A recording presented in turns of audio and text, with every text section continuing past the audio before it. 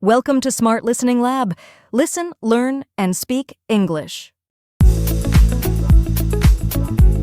Welcome to the deep dive, Shadowing English Speaking Practice. I'm Sarah, excited to be joined by John for this one. Hey, glad to be here. Today we're jumping into something pretty interesting for boosting your English speaking. It's called shadowing. That's right. We've looked at some really good material that breaks it all down, practical tips, and honestly some really cool stories from people who've, nailed it using this. Yeah, they have. So if you're looking for maybe like a faster way to sound more natural, more confident when you speak English, well, this might just be it for you. Absolutely. Shadowing, basically it means listening to some English audio and speaking along with it right then and there.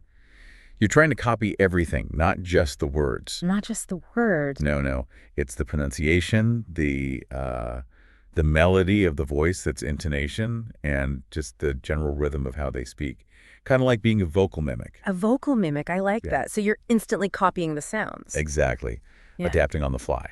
And that's why it could be so good for you listening right now, the learner. You want efficient ways to learn, right? Without getting overwhelmed. Mm-hmm. So we're hoping to give you some clear strategies, maybe a few of those aha moments today. Okay, let's get into it. Let's do it. So, okay, you want to try the shadowing. But, what do you actually listen to? That seems pretty key. Are sources really stress choosing the right stuff for your level? Oh, absolutely crucial. If you're, say, more of a beginner, Yeah. you'll want things like ESL podcasts, English as a second language ones. They're made for learners. Right, slower pace maybe. Often, yeah. Or graded audiobooks. Those are great too. The language is simpler. Sentences aren't too complex. Okay, that makes total sense. Avoids frustration early on. What about intermediate folks? Well, once you're a bit more comfortable, you can branch out. Take YouTube interviews, maybe documentaries, even the news. So more real-world English, but still fairly clear. Usually, yeah. The speakers tend to articulate well. Gotcha. And then for the advanced learners listening, people feeling pretty solid already. Okay, for advanced, it's time to push it a bit. Try shadowing, like unscripted chats. TED Talks are fantastic. Oh yeah, those are fast sometimes. They can be. Or even dialogue from TV shows or movies. You'll get more complex vocab, those tricky phrasal verbs. Like look up or get along. Exactly. Yeah. And importantly, connected speech, how words naturally flow together, like saying gonna instead of going to. Right, that's how people really talk. Sounds like a proper workout. It is. Now, the sources also had a smart tip about motivation. Yeah. Keeping yourself actually doing it. Yeah, this is a good one. They suggest picking topics you actually care about. Makes sense. So if you need business English, find business stuff to shadow. Love travel. Find travel podcasts or documentaries. That interest keeps you going. Definitely. Okay, so you've picked your audio, but before you start mimicking, there's this step about listening actively. It's not just background noise, is it? Oh, definitely not. The sources really push listening multiple times first, before you even try to speak. Multiple times. Why? To really tune your ear. You're listening for which words get stressed, how the voice goes up and down, that intonation, again, the speed, the pauses, everything. So digging deeper than just the words themselves, getting the music of the language. Precisely. And another really good tip was try to visualize the meaning as you listen. Like picture what's being said. It helps internalize the flow. Interesting. Connecting sound and meaning. Okay, so you've listened, you've visualized, now you're ready to speak along. Maybe try matching the speed right away. But the advice is actually slow down. Yeah, start slow. Accuracy over speed, especially at the beginning. Right. Focus on getting the sounds right, copying those stresses and pauses you noticed. Really mimic closely. So quality first, then quantity or speed in this case. Exactly. Get it right, then gradually try to keep up with the speaker's pace as you get more comfortable. What if the original is just too fast, even trying to go slow? Good question. There are apps for that. You can find tools that slow down the audio playback without making the speaker sound like a chipmunk. The pitch stays the same. Oh, that's handy. So you can adjust it to your comfort level. Yeah, it's a great little tech assist. Another strategy that came up was chunking, breaking the audio down. Yes. Don't try to shadow a whole 5-minute clip in one go, especially not at first. Seems overwhelming. It is. So break it into small bits. For beginners, maybe just 5 or 10 seconds. Advanced learners might handle longer phrases. Like learning a dance move by move. Exactly like that. Master one little segment, repeat it until it feels smooth, then move to the next chunk. Repetition is key then. Very much so. And a really smart point was to pay special attention to transition words. Like, however or also. Yeah. Or, on the other hand, furthermore. Shadowing those helps you connect your own ideas more smoothly when you speak. It really boosts fluency. I can see how that would work.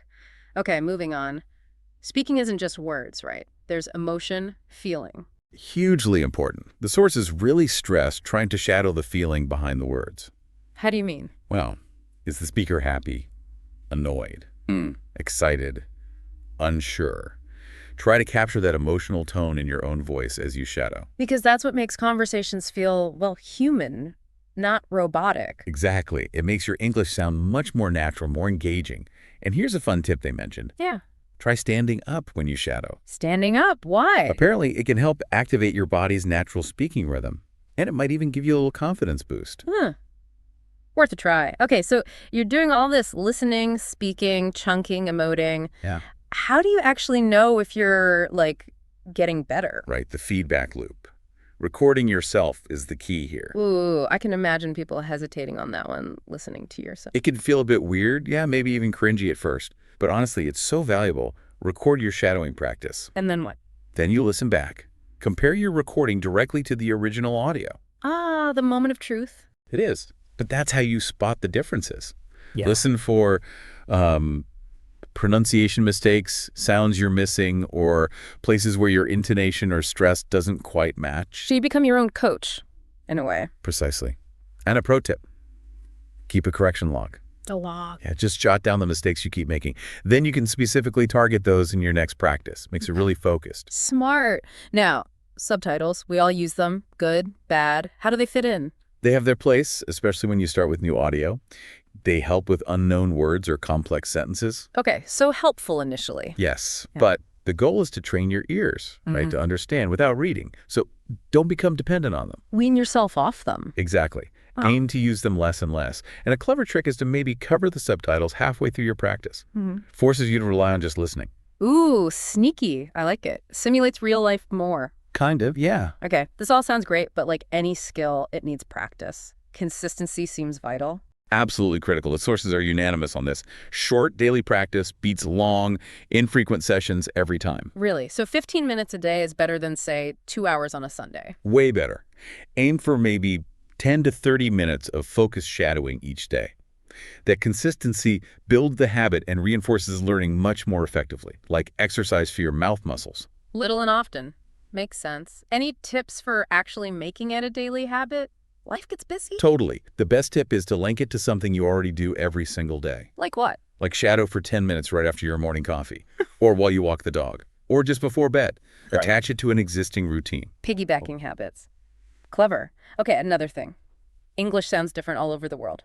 Accents. A very important point. Right. Don't just shadow one type of accent, Why not? because you need to understand English as it's really spoken. Expose yourself to American, British, Australian, Irish, Indian English, all sorts. It massively improves your listening comprehension. So variety is key for training the ear. Definitely. Practice with different speeds, different voices too. A great way to do this, watch interviews with people from various countries. Or listen to global podcasts. Exactly. Get that diverse input. Learning anything new, especially language, it can feel awkward sometimes, maybe frustrating. How do you stay positive with shadowing? Patience is huge. And keeping a positive mindset, the sources acknowledge, yeah, shadowing can feel weird at first. You might stumble, Feel a bit silly sometimes. maybe. But that's normal. The key is perseverance. Stick with it and you will see results in your pronunciation, your flow, your confidence. So trust the process, basically. Pretty much. And to help stay motivated, track your progress. How? Record yourself maybe once a week doing the same short passage. Then compare this week's recording to last week's or one from a month ago. Seeing the improvement is incredibly encouraging. Ah, tangible evidence. That makes a difference. Okay, let's talk about proof. The sources shared some real-life success stories. Yeah, these are really inspiring. They show it works. Tell us about Ken from Japan. Okay, Ken worked in marketing. Knew his grammar, but felt, hesitant when speaking. He started shadowing TED Talks, business podcasts, just 20 minutes a day. Yeah. Within about 6 months, big difference. He felt much smoother giving presentations to international clients. Less pausing, more natural flow. So regular short practice really paid off for his professional fluency. Wow, that's great. And Anna from Brazil. Anna was a student, always translating in her head, sounded a bit robotic. Common problem? Very. She shadowed TV shows Friends, The Office, fun stuff, 15 minutes daily. After about 3 months, she noticed she was starting to think in English more. Speaking became more spontaneous, faster.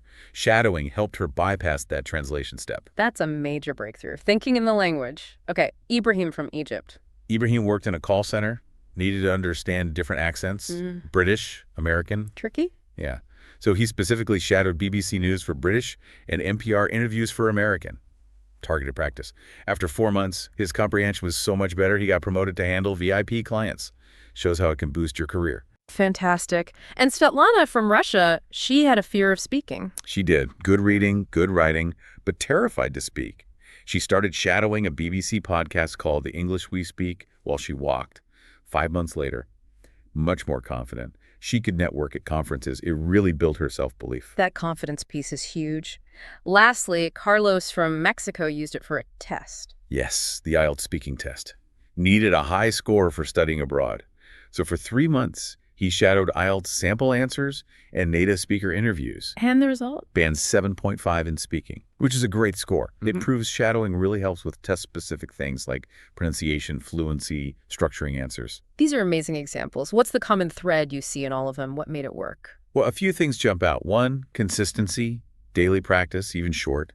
2, perseverance. They stuck with it. Right. 3, they chose material that was interesting to them, but also challenging enough. Good point. And 4, they were all kind of assessing themselves as they went, comparing their shadowing to the original, that self-correction. Really powerful combination. Okay, so wrapping up this deep dive, shadowing. It's clearly more than just listening. Oh yeah, it's active. It's skill building for more Yeah. fluent, more natural, more confident English. The benefits seem pretty clear. Better fluency, listening, confidence. Even your accent can improve. Definitely. Over time, absolutely. So if you're listening and you want to take your English speaking up a notch, maybe give shadowing a shot. Start that journey today. We're excited for you. Yeah, absolutely. And maybe a final thought to leave you with. Just take a moment to consider what kind of English audio would really help you the most. Think about the accent, the topic, the style that fits your goals. And then how could you carve out even just, say, 10 minutes a day to start integrating this really powerful technique? Thanks for tuning in. Keep practicing, and for more English lessons, don't forget to like, subscribe, and share.